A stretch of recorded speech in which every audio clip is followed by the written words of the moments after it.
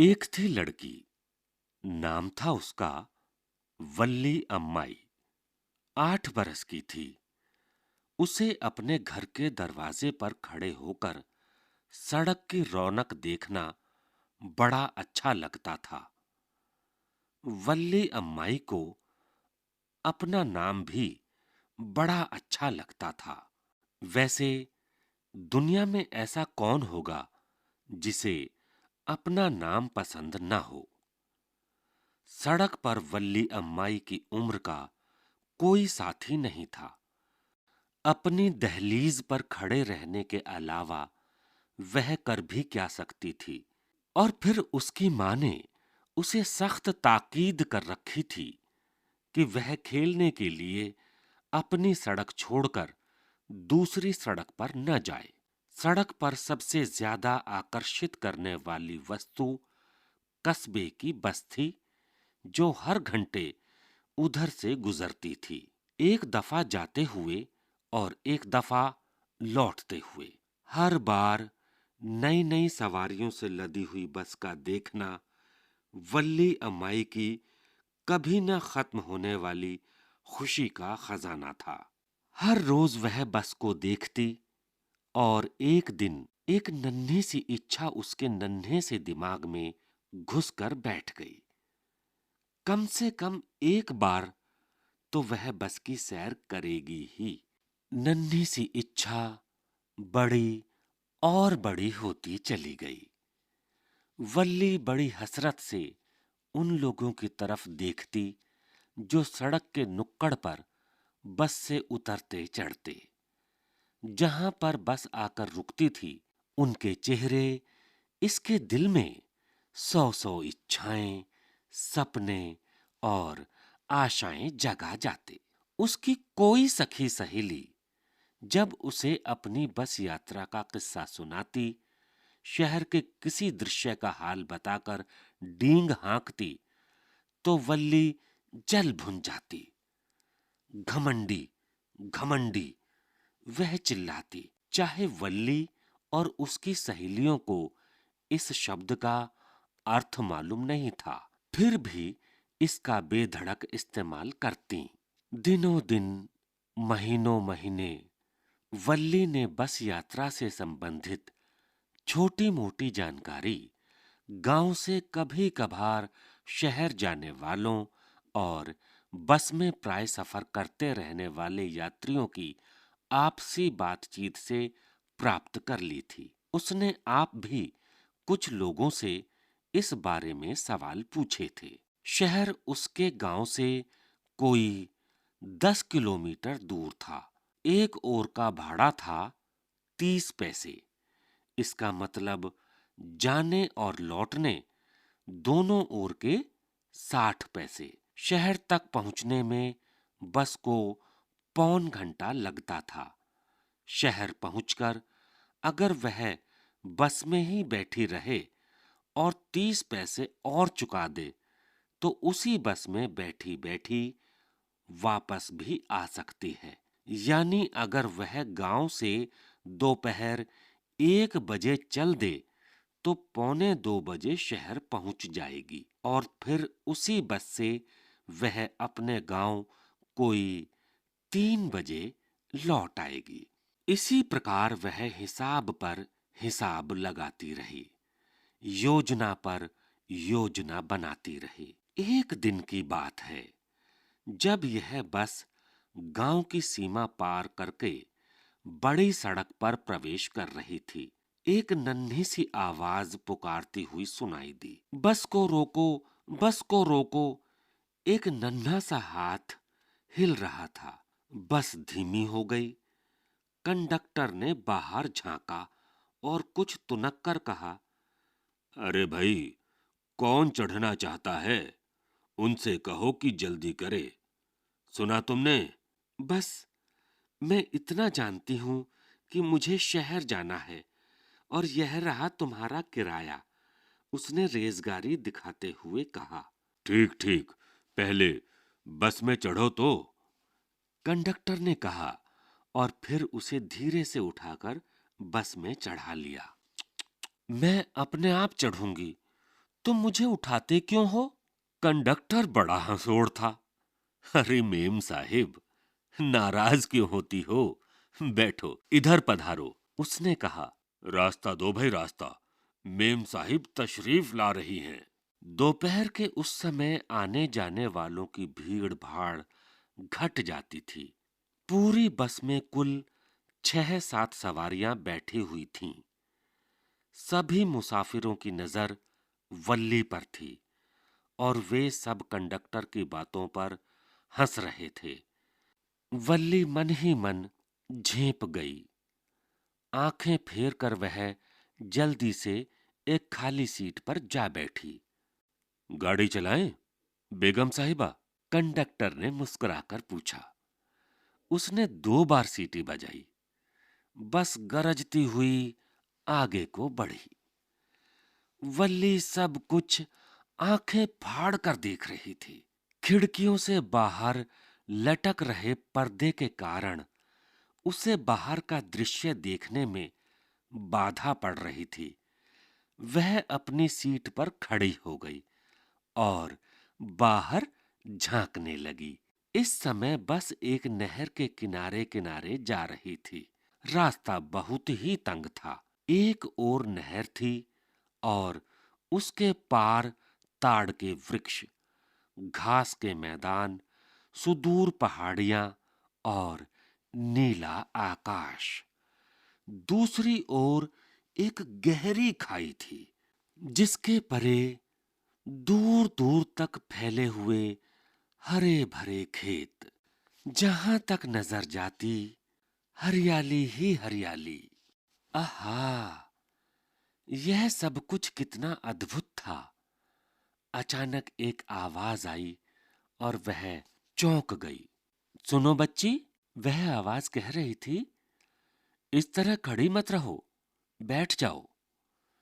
वल्ली बैठ गई और उसने देखा कि वह कौन था।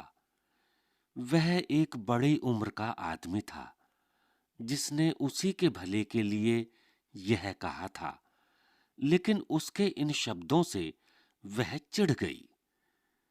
यहां कोई बच्ची नहीं है, उसने कहा। मैंने पूरा भाड़ा दिया है। कंडक्टर ने भी बीच में पड़ते हुए कहा, जी हां, ये बड़ी बेगम साहिबा हैं। क्या कोई बच्चा अपना किराया अपने आप देकर शहर जा सकता है? वल्ली ने आंखें तरेर कर उसकी ओर देखा। मैं बेगम साहिबा नहीं हूं, समझे? और हां, तुमने अभी तक मुझे टिकट नहीं दिया है। अरे हां, कंडक्टर ने उसी के लहजे की नकल करते हुए कहा और सब हंसने लगे। इस हंसी में वल्ली भी शामिल थी। कंडक्टर ने एक टिकट फाड़ा और उसे देते हुए कहा, आराम से बैठो। सीट के पैसे देने के बाद कोई खड़ा क्यों रहे? मुझे यह अच्छा लगता है, वह बोली। खड़ी रहोगी तो गिर जाओगी, चोट खा जाओगी। गाड़ी जब एकदम मोड़ काटेगी या झटका लगेगा, तभी मैंने तुम्हें बैठने को कहा है बच्ची। मैं बच्ची नहीं हूं, तुम्हें बता दिया ना, उसने कुढ़कर कहा। मैं 8 साल की हूं। क्यों नहीं, क्यों नहीं, मैं भी कैसा बुद्धू हूं। 8 साल, बाप रे। बस रुकी। कुछ नए मुसाफिर बस में चढ़े और कंडक्टर कुछ देर के लिए व्यस्त हो गया। वल्ली बैठ गई। उसे डर था कि कहीं उसकी सीट ही न चली जाए। एक बड़ी उम्र की औरत आई और उसके पास बैठ गई। अकेली जा रही हो बिटिया? जैसे ही बस चली, उसने वल्ली से पूछा। हां, अकेली जा रही हूं। मेरे पास मेरा टिकट है, उसने अकड़कर तीखा जवाब दिया। हाँ हाँ, शहर जा रही हैं, 30 पैसे का टिकट लेकर, कंडक्टर ने सफाई दी। आप अपना काम कीजिए जी, वल्ली ने टोका, लेकिन उसकी अपनी हंसी भी छूट रही थी। कंडक्टर भी खिलखिलाकर हंसने लगा। इतनी छोटी बच्ची के लिए घर से अकेले निकलना क्या उचित है? बुढ़िया की बकझक जारी थी। तुम जानती हो शहर में तुम्हें कहाँ जाना है, किस गली में, किस घर में? आप मेरी चिंता ना करें, मुझे सब मालूम है। वल्ली ने पीठ मोड़ मुंह खिड़की की ओर करके बाहर झांकते हुए कहा।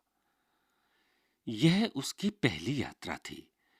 इस सफर के लिए उसने सचमुच कितनी सावधानी और कठिनाई से योजना बनाई थी।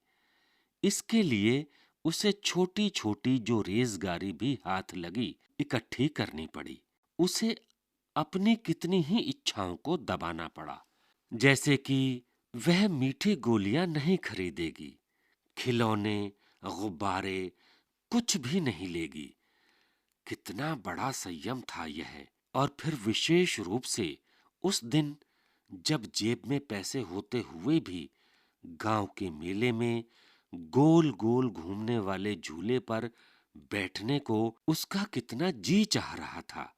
पैसों की समस्या हल हो जाने पर उसकी दूसरी समस्या यह थी कि वह मां को बताए बिना घर से कैसे खिसके।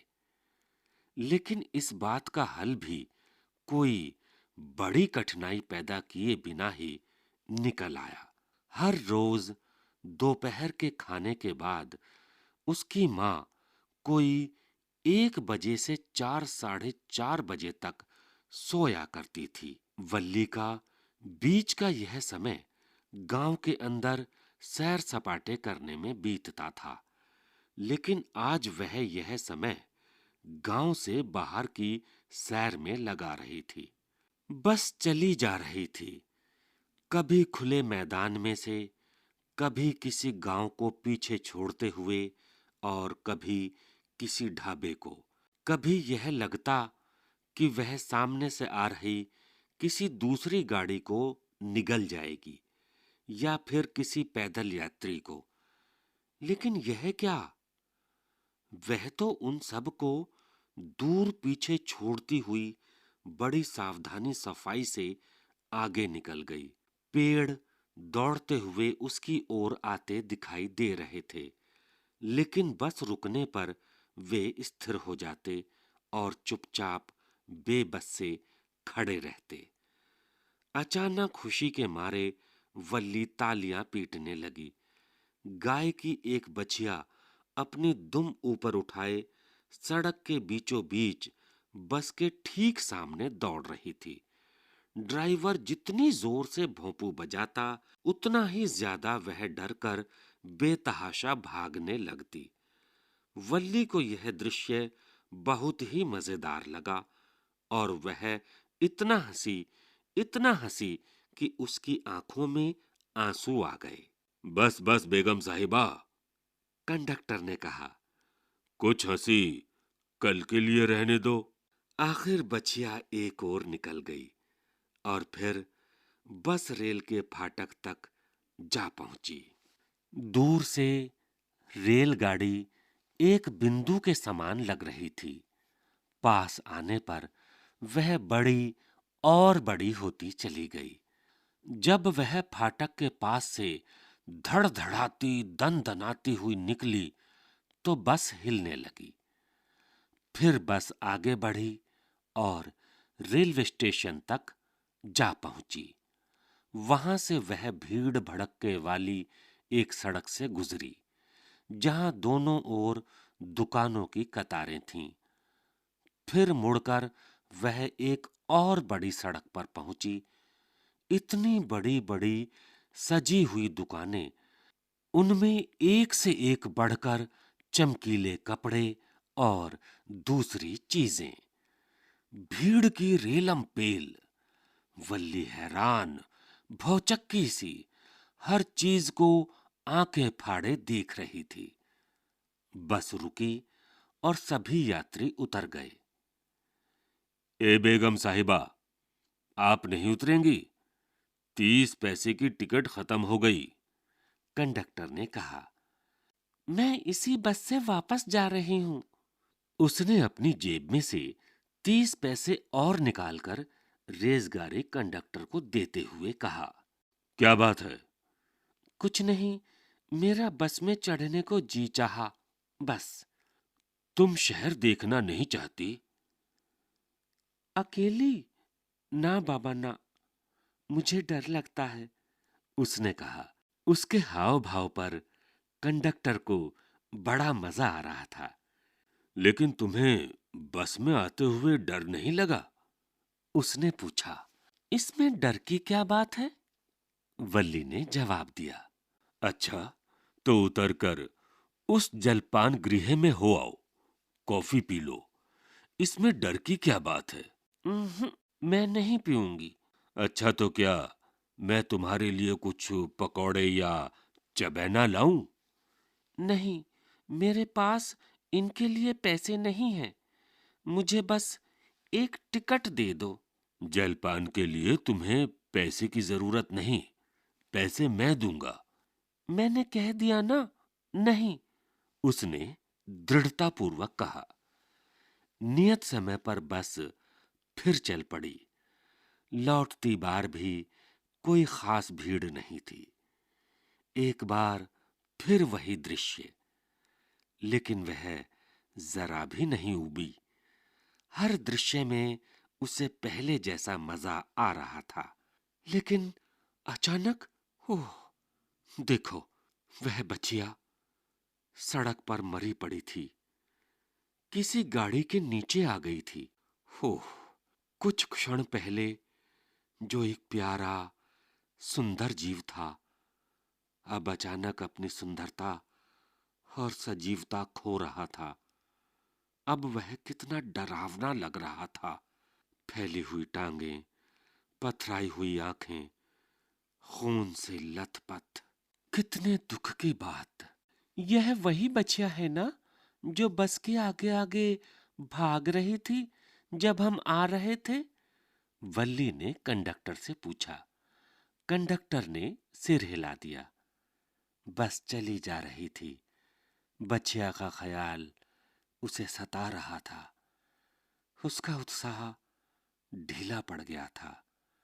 अब खिड़की से बाहर झांककर और दृश्य देखने की उसकी इच्छा नहीं रही थी। वह अपनी सीट पर जमी बैठी रही। बस 3:40 पर उसके गांव पहुंची। वल्ली खड़ी हुई। उसने जम्हाई लेकर कमर सीधी की और कंडक्टर को विदा कहते हुए बोली, अच्छा, फिर मिलेंगे।